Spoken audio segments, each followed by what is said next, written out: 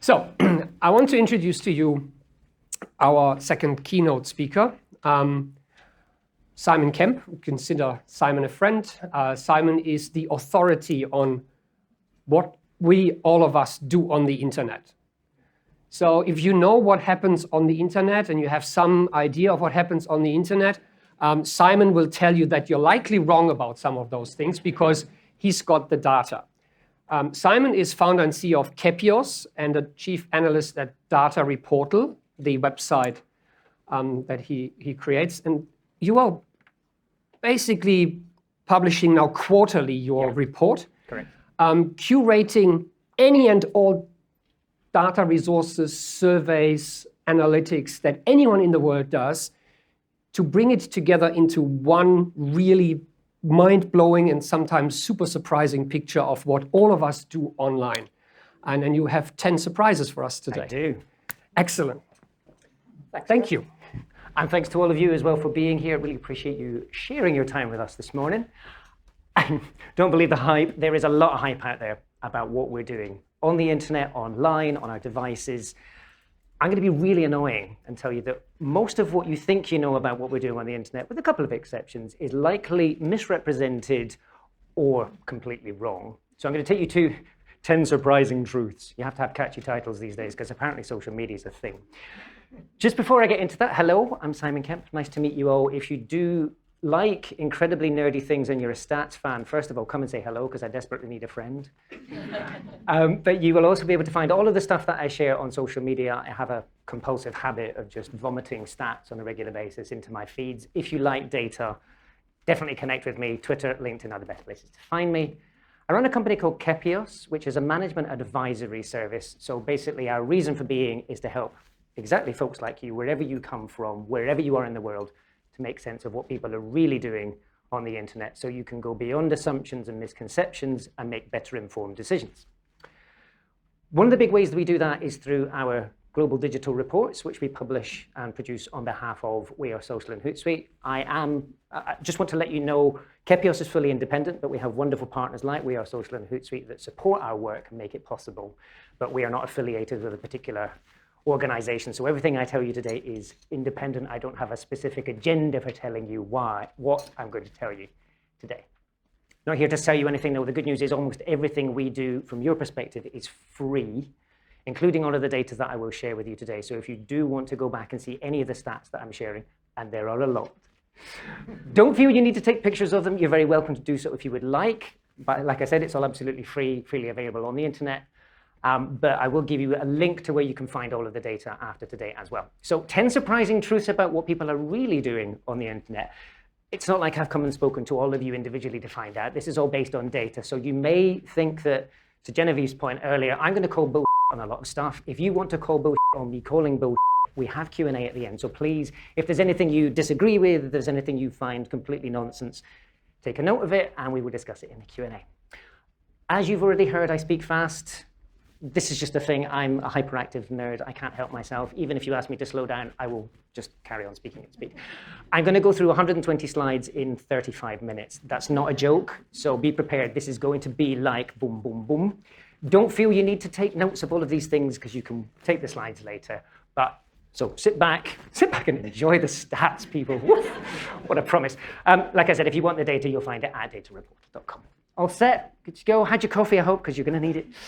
Right, some context just before we start, some essential numbers to get you going. These are the latest numbers that we've published. Things have changed in the last 2 months. We will be publishing a new report in about 4 weeks that will update these, but nonetheless, some big, big numbers, as you can see already.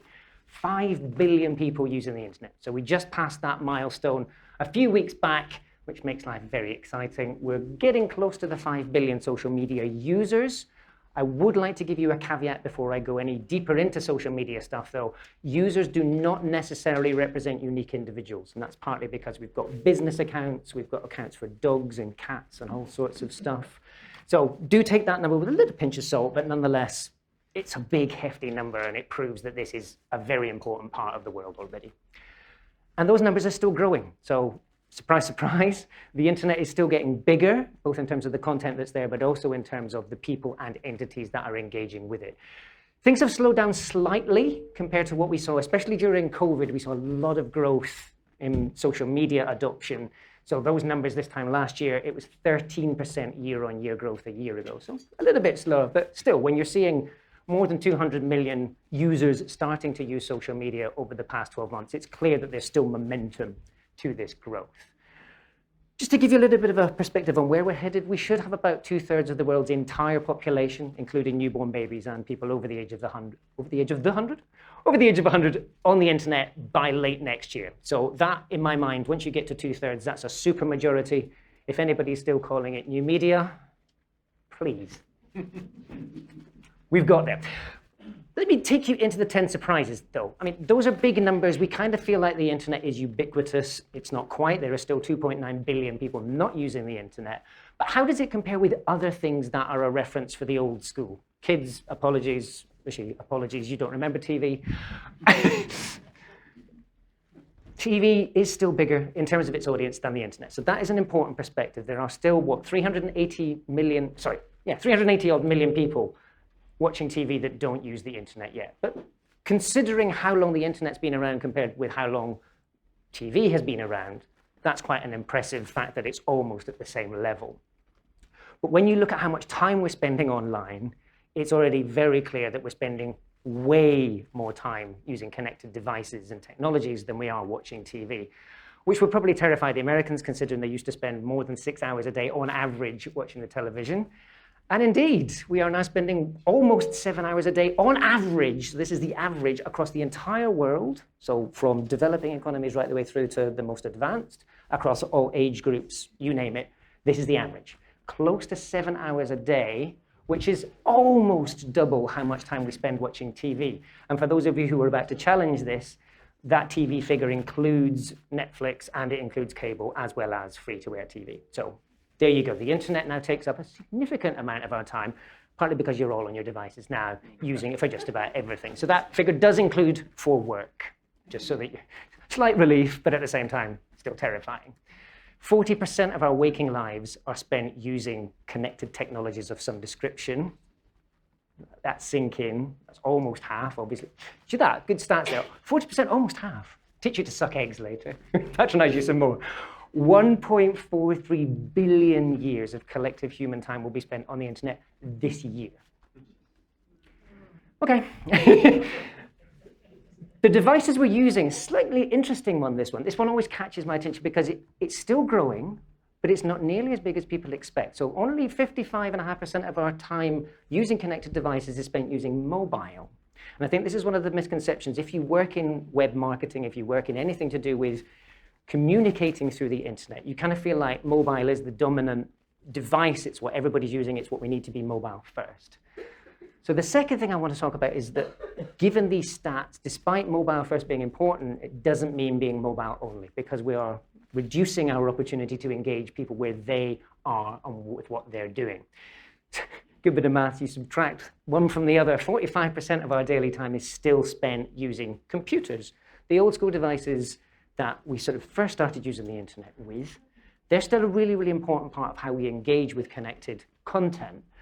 Sure enough, when it comes to the number of people that are using these devices, way more people use a mobile device. But that's because I'm up here giving a presentation. I'm unlikely to answer a call. You never know. But I'm unlikely to answer a call, but I have to have it in my pocket because it is the modern day security blanket. If you're more than 3 feet away from your phone, you start to get nervous. If somebody else touches it, God damn it, no. It's like they touch an intimate part of your body. It actually gives you a visceral reaction. But nonetheless, 2/3 of us, more than 2/3 just, are still using computers, laptops, and desktops to access the internet and connected technologies. And when you look at some countries around the world, Czechia, Czech Republic, for those of you who still insist on calling it the old way, 90% of internet users still going online via computers. It comes down, obviously. When you get to certain parts of Africa, it's a lot lower. Sorry, feedback. But what's interesting is you've actually got South Africa here. So it's not determined just by the level of economic development. There are all sorts of reasons why people use different devices. So one of the most important things I want you to take away from my session today is the assumptions we make are almost always wrong about the internet. That's what data's for. It's there to help us make better informed decisions. Just because somebody is in a lower economic sort of situation doesn't mean that they're more likely to use one device over another. There are statistical, obviously, trends that we can follow, but don't assume that poorer countries are more likely to only use mobile, because that's not what the data tells us. But mobiles do account for important shares of a lot of the activities that we sort of think about when we think about the internet. So being on the web, for example, mobiles now account for almost 60% of global web traffic. So this is the number of page requests that come through. Some very detailed numbers here from our friends at StatCounter, showing that not only do they account for a lot, but mobiles are also accounting for an ever greater share. So this continues to grow slightly. It does fluctuate. What's quite interesting is it's quite seasonal. The amount of time we spend on mobiles compared to other devices actually changes through the year. It's always interesting to look around about Black Friday time. You get an awful lot of people that are out shopping at random times of the day. Tablets way lower than we expect, but that's because they're not really things that we use for web browsing. We've usually got great apps on our tablets, and we use them for other things rather than web. So don't think that this means tablets are not relevant. It just means that we're not using them for web activities. And then things like game consoles and connected TVs, realistically, we're not using them for the web. If you're a web developer, don't worry, you can park them. But web activities are accounting for less and less of what we actually do on our mobile devices, which I find quite interesting because in my mind, the mobile internet was the biggest revelation of my life. I like to be distracted by stats, and I can find them whenever I want them. But when you look at how we're spending time on our mobile devices, so this is from data.ai, who have a massive global panel of devices, and they track your actual activity. This is not a survey. This is based on what you really do. And it's very clear that social media and communications account for almost half of what we're doing on our mobile devices now. Shouldn't come as a surprise. I can see most of you were there on your messaging apps, sharing tips and responding to whatever else earlier. That is an everyday activity, and it's what we're spending a lot of time doing. Because of that, it's no surprise of our connected time overall, not just on mobile, but generally, it accounts for the largest single share in terms of activities of what we're doing with our connected devices and services. But social media is also one of the greatest sources of misconception. There's an awful lot of stuff in the news about what we're doing on social media. I love this because every morning I wake up and read the news and go, nope, nope. I'm going to start with one of my favorites. I have a lot of favorites when it comes to this kind of thing because I'm an incredibly sad nerd.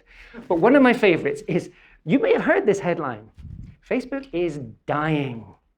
And I go, oh, great, let's have a look. Is it really? And to be honest, I'm like you. I go, great, yeah, absolutely. And then a few weeks later, I'll go, wait a minute, is that actually what's happening? This is not a new story. So I don't know if this was the very first, but there was a Facebook exodus apparently back in 2009, which I find fascinating. Because if it was in 2009, something went horribly wrong with that exodus. The whole, do you remember Quit Facebook? That thing after we had Cambridge Analytica? Yeah, that didn't last, did it? Somewhat inconveniently, the data across all sorts of different metrics and whatever else shows that Facebook is not dying. It's not even close to death yet. So not only is it the biggest social platform by far in terms of monthly active users, as reported by the platforms themselves, so do take these with a grain of salt. This is a little bit self-serving from their perspective. Facebook is still the biggest by a long way. If it was dead, it wouldn't be top of that list. So statement of the obvious, that already gives us one thing to challenge that headline with. Now, those of you who like to track, especially if you're an investor and you like to track these things over time, yes, Facebook's users, monthly active users, did drop by 2 million out of close to 3 billion in their most recent earnings announcement, but that was almost entirely due to sanctions on Russia. If they hadn't had those sanctions, they would have had a very strong, well, not very strong, 6 million additional. By their accounts, not massive, but if you want to give me 6 million visitors to my website, I would be a very happy person. So yes, they dropped, but it was sanctions. That's not Facebook that's dying. That is, unfortunately, part of world politics. And actually, if you look from 2011 until their most recent earnings announcement, which came out in July 2022, you can see that they continue to grow. 1% year-on-year growth is not massive, but 70-something% of people who are eligible to use Facebook around the world are already doing so. There's only so much more it can grow. So let's not punish them for already being something that people use a huge amount already throughout their lives. But it's not just Facebook's data that shows that there is plenty of vitality left in Facebook. Now, I'm not here to sell you Facebook, by the way. I'm perfectly willing to believe that Facebook will die at some point. But I want to help you understand that the stories we read in the media do not tell us what's actually happening. They're there to drive eyeballs and sell advertising. So let's take a look at the reasons why Facebook is still alive. There was another side to this. It's just not quite showing up on the screen. You didn't need to see it, though, so it doesn't matter. So this is, again, from Data AI, those folks that are tracking our behaviors on our mobile devices. And as you can see, the #1 app when it comes to monthly active users is still Facebook. You notice that Meta as a company dominates, and it has all 4 of the top 4 positions in here. So even if Facebook itself wasn't doing too well, Meta as a company still takes up a big part of our lives. When you ask people, so this is a survey conducted by GWI, one of my favorite sources of insights into what people are doing, by asking them. So if I came to you and I said, what's your favorite social platform? These are the answers we got, and these are hundreds of thousands of respondents in 48 countries around the world. And you can see Facebook is still the 3rd favorite. Now, that definitely goes against what we're told in the media. People don't like Facebook anymore. And yet, apparently, it's the 3rd most popular. And it's also very close behind Instagram. And as you'll notice, again, Meta accounts for all 3 of our top favorites. So yeah, that whole quit Facebook thing, we were lying to other people and to ourselves about what that meant. But this is the most important one. When we say Facebook is dying, that would suggest that we're all leaving it and it's all gone. The amount of time that we spend as a typical user, on average, around the world, hasn't changed over the last 18 months. It's maybe gone down by a minute or so per day, but realistically, that's just, there's statistical inconfidence in that kind of change. So realistically, Facebook is not dying. Reports of Facebook's demise have been largely exaggerated by the media to sell advertising, which is kind of ironic, if you think about it, because they just don't like the fact that Facebook's getting advertising. You're going to ask, I know somebody in the audience will be like, what about the kids? Surely the kids are all leaving Facebook. And I thought, yeah, and I went along with that. I was like, yeah, but... And I thought, hold on a minute, any assumption is likely wrong. Let's have a look. So recently, you may have seen this. It's been doing the rounds. If you spend any time on LinkedIn especially, you will have seen various versions of this chart going around and people predicting the end of the world. You go, great. OK, so this is really interesting. This is a study by Pew out of the United States. And you can see this is a survey in 2015. And then they did a follow-up in 2022 with a bunch of additional platforms that they didn't survey the previous time. But the one that everybody jumped on was, whoa! Facebook, 71% of teens back in 2015 said they used it, and now only 32% say that they use it. Now, I just want to clarify, I have huge respect for Pew. They do amazing research work, and of all of the companies whose work I read, they are one of the ones that I trust the most. This is an incredibly valuable survey with really useful findings. But when you look at Facebook's own data, it tells us that even in the most recent quarter of data, so between April and June this year, the number of people aged 13 to 19 using Facebook grew by 1.35 million. So what's going on here? Well, the thing is that Pew survey only looks at teens in America. So to Genevieve's point earlier about rest of the world, this is one of the things I find myself, especially when it comes to corporates, I spend most of my life educating them about the fact that America is not the center of the universe. Even when it comes to Facebook use, you can just about see the map there. When it comes to share of Facebook users around the world, Americans count for less than 10% of Facebook users. They like to think it's theirs because it was invented there. And sure enough, it's very American as an experience. But more than 90% of Facebook users are based outside of the US, and their behaviors are incredibly different compared to the rest of the world. You'll notice that more than 1 in 5 Facebook users is based in India, just because it's a big country. So inevitably, they've got a bit of an advantage there. But when you see any reports about activity on Facebook or what people are doing or what's being shared or trends, the first thing I want you to do next time you see these reports is check. Does it say where this is for? Because 9 times out of 10, especially in a media report in the Wall Street Journal or in the Times or whatever else, it's going to be American trends, not global trends. So your key takeaway here is that teens' use of Facebook has changed. They're spending less time using it. They're using it for different things, but they're still using it. And actually, when we did our own qualitative, not desperately statistically reliable, but nonetheless interesting study on teens in America, are you still using Facebook? No. And then you actually ask them questions about, but did you use it for a class assignment? Oh, yeah, but that doesn't count because I didn't want to use it. But you're still using it. So when we do surveys, people give you the answer either they think they want to give you or that they think you want to give them. So we always need to be a little bit careful about interpreting these numbers. So your next question is, okay, so Facebook, all well and good, but surely TikTok's the thing, right? We should all be there, especially if we're in marketing. We need to be on TikTok because it's the cool new hot social platform. And sure enough, TikTok's done an incredible job. Okay, park your politics for a moment. Don't worry about that. We'll come back to that in the Q&A. They only report numbers, weirdly, they only report advertising numbers for people over the age of 18, which I find astonishing because it's kind of like a kid's platform. It used to be. 1 billion adults aged 18 and above around the world now use TikTok every month. That's still growing by 5% quarter on quarter. So that's quite astonishing. It's just, these numbers are eye-watering, right? People are spending a lot of time on TikTok too, almost a day per month. But when I say a day per month, remember there's sleeping time. Apparently we need to sleep. Although Netflix did say their biggest competitor is sleep, I kind of feel like for the social platforms, it's the same thing now. Because when you add these up, it's a little bit disturbing. It's like, wait, are we doing anything else except being on social media? But you'll notice, you know, it's the highest average per user now of any of the social platforms, but it's certainly not alone. You've got YouTube, which is quite similar. I mean, very small amounts of change here. And also, as I mentioned earlier, Facebook, still not bad, 20 hours per month. That's more than a waking day spent using Facebook on average per user. So yeah, I mean, you got to hand it to them. TikTok have done an incredible job of getting to the top of that list actually very quickly. You'll notice that I've got a lot of slides that say, however. Never sit next to me at a dinner party because I'll be, but. I've got another annoying stat to annoy you with. Telegram seems to be growing faster than TikTok. So if your excitement about TikTok is how big it's become, how quickly it's growing, unfortunately, you're then going to have to temper that by saying it's not the one that's growing fastest, nor is it necessarily the biggest. It has some different creative opportunities, absolutely. It's changing culture, there's no question. But based on data, TikTok's just one of these weird anomalies that's captured the zeitgeist. But when you look at different data points, there's all sorts of arguments about why it's not necessarily the biggest or hottest topic. This next finding messed with my head because, you know, despite living in the world of data and priding myself in thinking I know everything about stats, you then find a stat every day that makes you go, oh shit, I don't know anything. This messed with my head. So teens, age 16 to 24, men specifically, and yes, I'm sorry, these are binary genders. We only get access to binary data for gender because if you start asking people about their gender sort of existence, if you like, people tend to be a little bit more conservative about the answers that they give. So that's still only reported as male and female. Amongst teenage boys, Telegram is much, much bigger.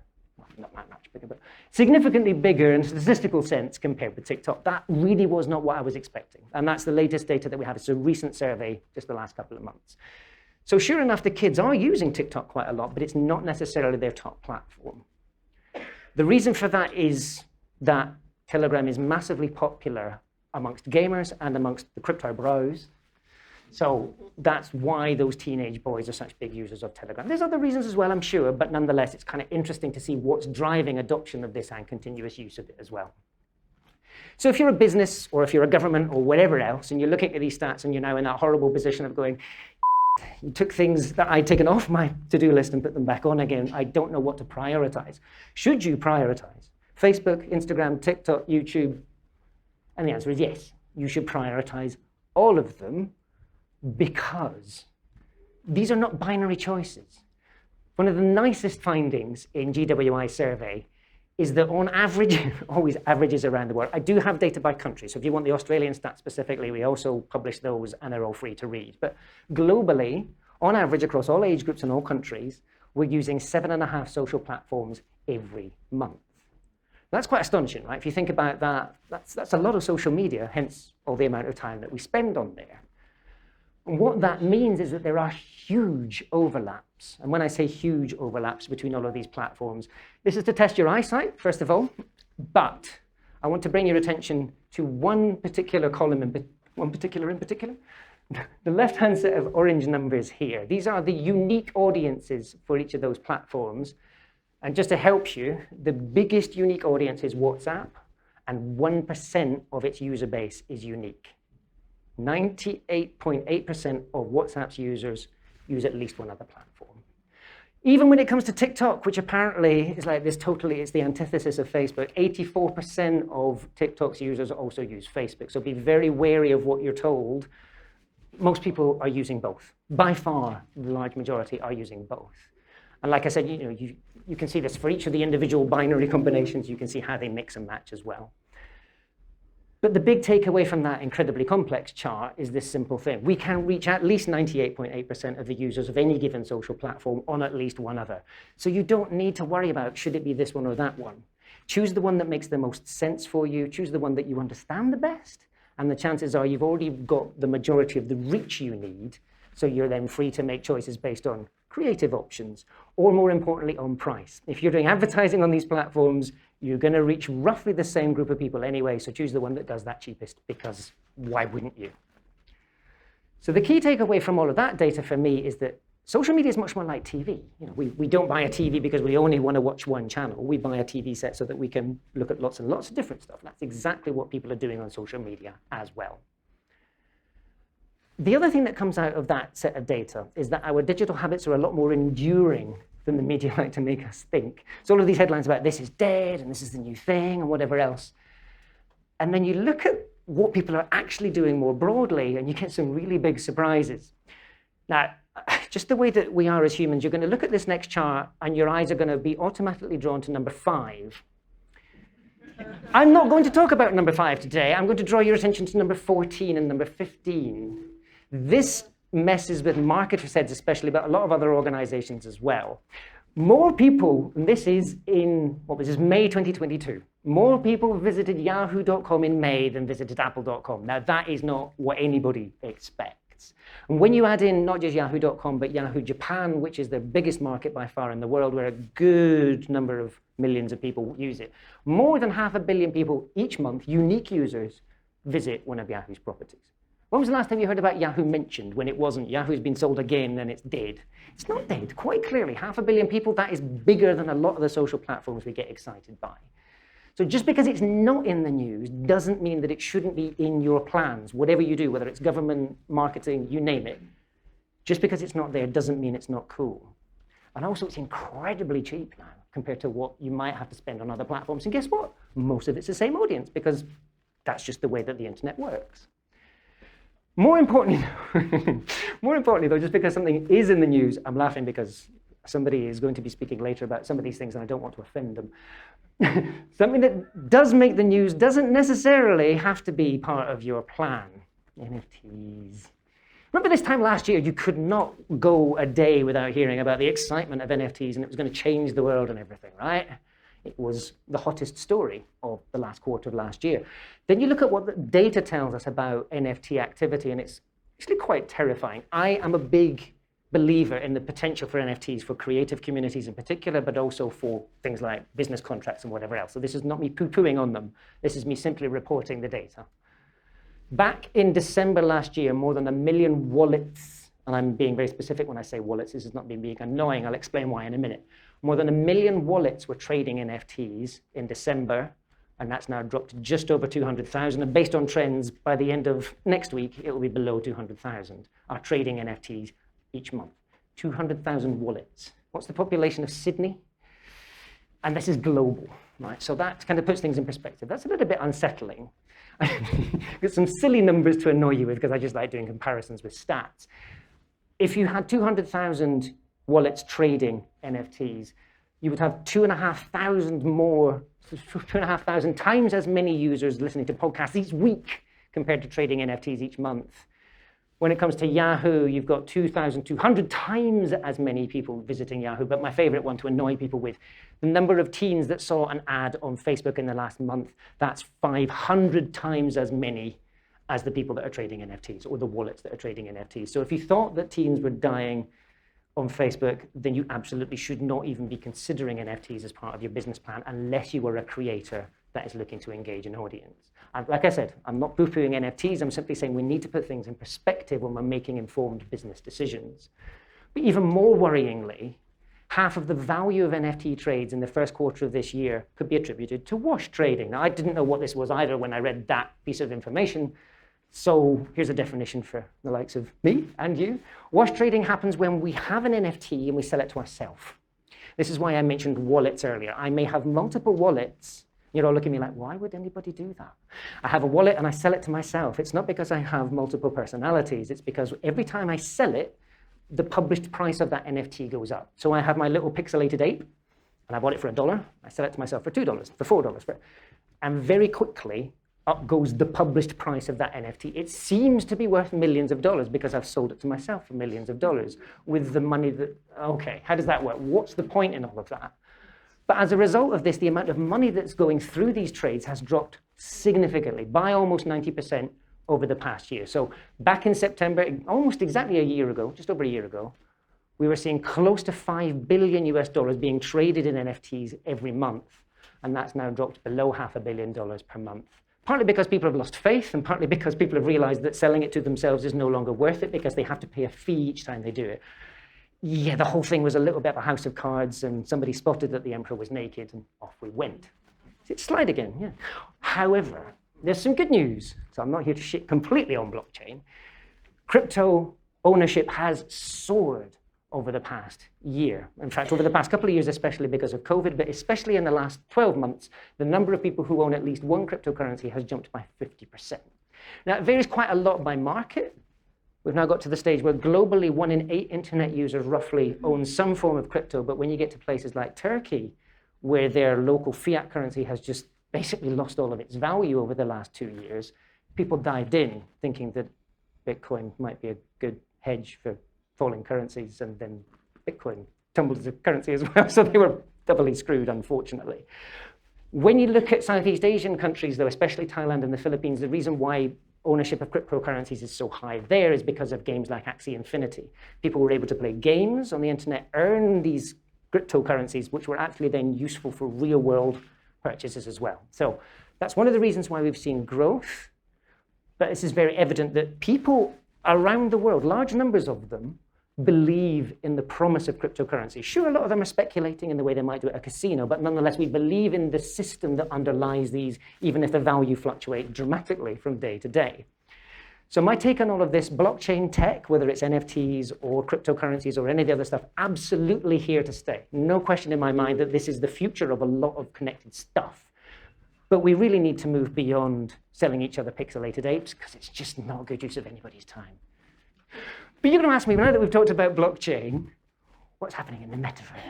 I'm going to be really annoying, because is the metaverse the future of the internet? Spoiler alert, it's not just one metaverse. There are already multiple metaverses out there, and much as Mark Zuckerberg would like to have you believe that they are going to control the metaverse, it's a bit like saying they're going to control the internet. It's just not going to happen. We've already got 3 what you might call metaverses. You'll know them as video games, but they are metaverses nonetheless, virtual worlds that have huge user bases. So you've got Fortnite with more than 250 million monthly active users. You've got Roblox with 200 million. Minecraft, not quite as many at 170 million, but again, that's a pretty impressive number compared to the 200,000 wallets that are trading NFTs.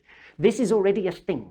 Metaverses are big, and I'm confident to say they're here to stay. They will evolve inevitably, but this is proof that this is a big part of the internet and of our daily lives already. But at the moment, and specifically at the moment, like I said, this may change, but metaverses at the moment, it's all about gaming. But the good news is that despite stereotypes of gaming, that's not bad news. So you might go, oh, maybe that removes some of the commercial excitement around them. But when you look at gaming audiences around the world, one of the biggest surprises is, first of all, the almost parity between genders. I think a lot of people still think of video gamers as being spotty teenage boys in their basement. And in reality, there's a lot of aunties playing Candy Crush. And that's absolutely fine. So when we think about video games, the whole thing of the whole reason for data is to step beyond stereotypes and assumptions and learn what's actually going on. I mean, think about your own families, whether it's your parents, whether it's people you know, your colleagues. I can't get my parents to stop playing games. I'm having my weekly call with them because I live in Singapore, they live in Scotland. I'm having like my nice little FaceTime because that's our lives now. And my mum's there doing, just playing a game. It's crazy. Time spent playing games is also huge. So this is, again, averages around the world, and this is across all internet users. So this includes people that don't play games at all. On average, just with a games console, so this doesn't include the games that we play on our mobile phones, we're spending an average an hour a day playing games. That's incredible. That's a huge amount of time. So gaming is not only big in terms of its audience, it's big in terms of the engagement that we have with it as well. And there's also plenty of evidence that once you get into these metaverse environments, it's not just the game that is appealing to us, it's the stuff that we're doing beyond the game itself as well. So if you look at things like concerts that have happened inside Fortnite. You've got 12 million users. I'm guessing these are all individual people. I can't quite see why somebody would have 8 of their avatars turning up to a concert, but nonetheless, you never know. 12 million attendees on the very first day of Travis Scott's 3-day epic that he did in 2020. And then Marshmello's probably the more famous one, weirdly, but he did a DJ gig in 2019. It was probably because it was the first one, but almost 11 million people turning up. That's pretty hectic. You imagine a stadium full of 11 million people. As a DJ, I would have been like quite comfortable with that. I could retire happily. So there's plenty of evidence that people are willing to do things in these environments that go beyond just playing games. There are experiences that we want to engage with. There's opportunities for all sorts, not just commercial. Government's doing stuff in here, provided you understand your audience can deliver value here too. I have to say, though, I'm not convinced about this whole, like, half a body floating around on a cubist thing, and we're going to have meetings. No, we're not. We're still going to come and meet each other in person because the chats over coffee are where the magic happens. So, yeah, when we've done 2.5 years of Zoom, we know what this is all about now. I'm not convinced having an avatar version of that is going to be a lot better than the little box of Zoom experience. So, jury's out on this one. Personally, I'm not going to be investing a lot of money in it. 2 more to go before we get to the Q&A, and you can ask me about the porn stuff. Privacy. You would think, based on the news reports, right, you'd think privacy was a big, big thing, especially for users. But then when you ask people how important is privacy to you, you get a real shock, because fewer than 1/3 of internet users of any age around the world say that they worry about how companies might use their data. This is, you actually said to them, do you worry about how companies use your data? And people are saying no. 2/3 of them are saying no. Now, it does vary massively by country. Japanese people don't really seem to care at all. Like, do whatever you like with my data. And you get over to, interestingly, Spain and Portugal and Brazil. There's something linguistic about a lot of these behaviors. It's quite strange. You don't quite know what's driving it. But more than half of people in Spain and Portugal saying that they worry about how companies use their data. But completely flipping that sort of idea that privacy is important to us, not only do we say that we're not worried about it, we're actively buying more devices that share even more and more of our very personal data. So a couple of examples here. The number of people, who's got an Apple Watch? Give me a wave. Yeah, I can just making you get your steps up for the day. The number of people who own a smartwatch jumped by 60% in the past 2 years when we were stuck at home. Isn't that weird? We weren't going out and counting steps. Around the house, I'm doing my steps. That's a big, big jump. Now, to put that, growth, always distracting. If you start from a small base, it's easy to grow. But let me put that growth in perspective. More people now own a smart wrist, whether it's an Apple Watch or a Fitbit, than own a gaming console like a PlayStation. That's huge. That is now a category that is worthy of everybody's attention, because we now have a base of people. Now, the regularity with which people update these devices is a little bit more worrying. Most people that I've met with a device say, I wouldn't upgrade it yet. I've still got an Apple Watch 2 and the 8. It's nice, but not yet. So commercially, that aside, though, you think about the data that it's sharing. It's capturing your heart rate, so it knows if I look at you and have a certain kind of emotional reaction when I look at you. It's quite disturbing how much data is being captured by these devices and shared back with Apple and whoever else we share it with. But this is the one that really messes with my head. Oh, I'm terrified by privacy. I need a smart home. Right. So it's going to know everything that you do, how you move around your house, when you go to bed early, so it knows what you're getting up to with the other half. It's like, this is quite an interesting weirdness. Like my parents have one of these things, and I was like, do you understand how much data is just like leaking out of this system? And they're like, we don't care. It makes our life better. I was like, that is almost always the answer. If it makes your life better, you're willing to make compromises. And at the moment, the potential consequences are far off and invisible compared to the benefits which are tangible and today.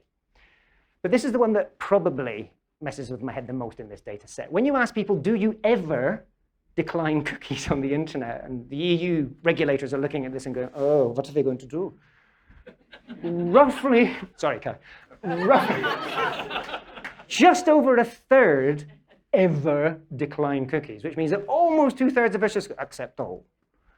Right? How many of you genuinely decline cookies all the time? All the time. Yeah, you see. You get there and you're like, oh, just give me the data. Give me what I need, or whatever else you do on the internet. Privacy matters more to the EU regulators and to the media in particular. They love this story, but they don't seem to have enough data to back it up. They're just telling you that privacy is important without asking any of you. So I'm not pretending that privacy isn't important. I'm very nervous, because I'm a data nerd. I'm very nervous about privacy, but to the average person on the street, they just don't seem to care. But I'm going to leave you with a stat that will genuinely change your perception of the world. This is the most profound thing that you will hear today, without any doubt. You already know, you're all laughing. You're like, no, it's complete nonsense. This is why the internet was invented. And everybody knows that cats rule the internet, right? Nope, not true. Shocker of the day. So sure enough, there are more web pages about cats because somebody in SEO read that cats were big and they've created loads of pages about cats. But when you look at social media, when you look at what people are searching for on Google, it's very, very clear that dogs rule the internet. Told you it was profound.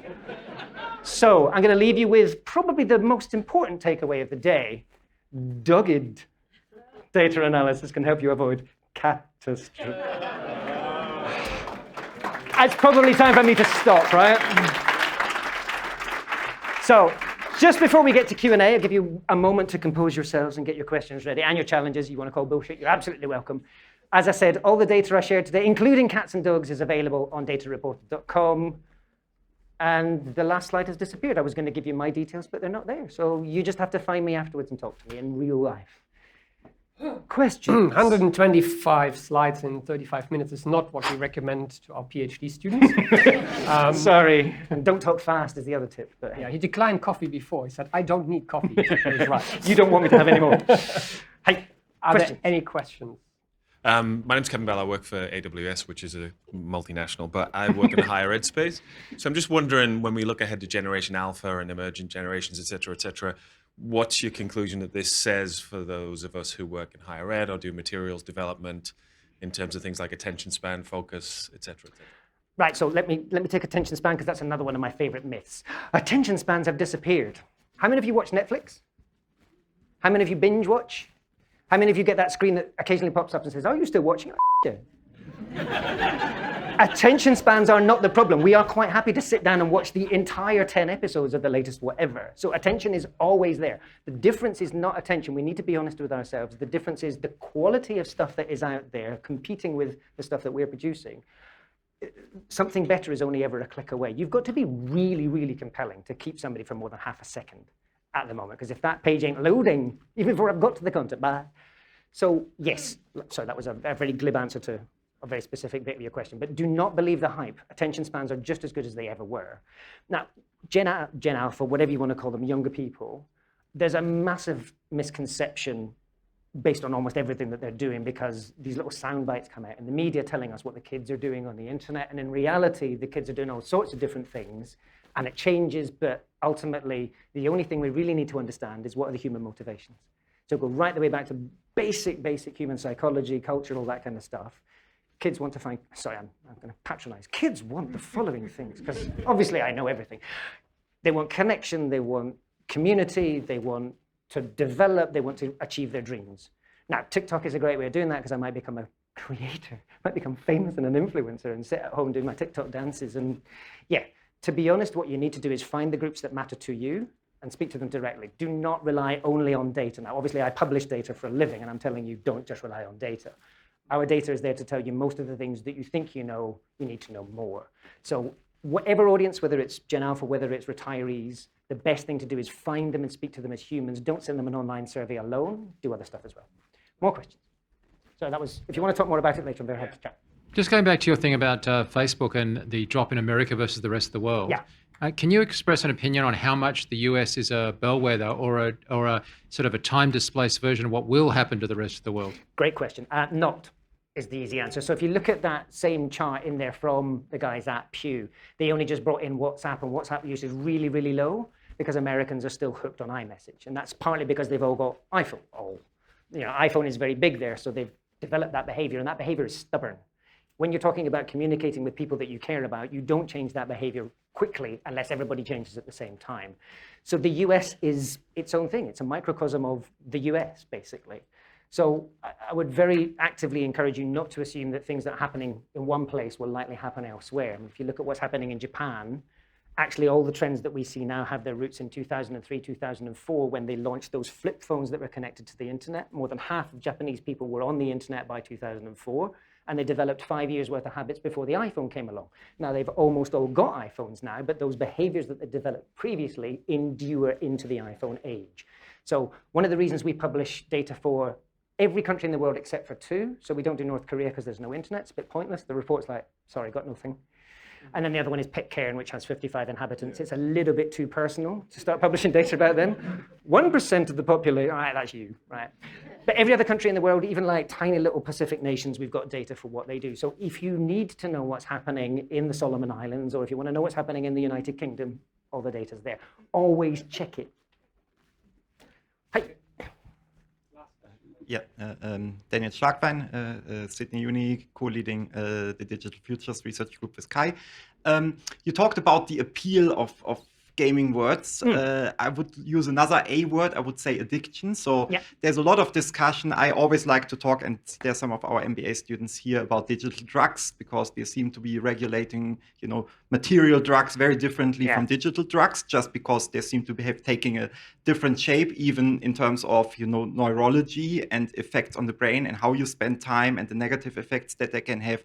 They're pretty much ticking the same boxes, right? And there's a huge discussion about, should that be in the DSM? I think DSM-5, the psychologist book which defines addiction, has now internet gaming addiction as a specific one, but not social media addiction. So you showed a lot of statistics on terms of how much time people spend on games. The most famous gamification book is called Hooked by Nir Eyal. Could you talk about a bit about how much of this social media time and gaming time is actually spent intentional, and how much is spent sort of, I'm getting looped into it, I'm going into a binge, I'm going longer onto TikTok that I want to. How much is spent on things that are productive for the person, and how much is spent on things where it's just in the interest of the platform to get more engagement, more time, and get people hooked onto their systems to just sell more advertising? Thanks. That's a really, really important question. Frustratingly, there is no way to get accurate data on that. You either ask people whether they spend too much time.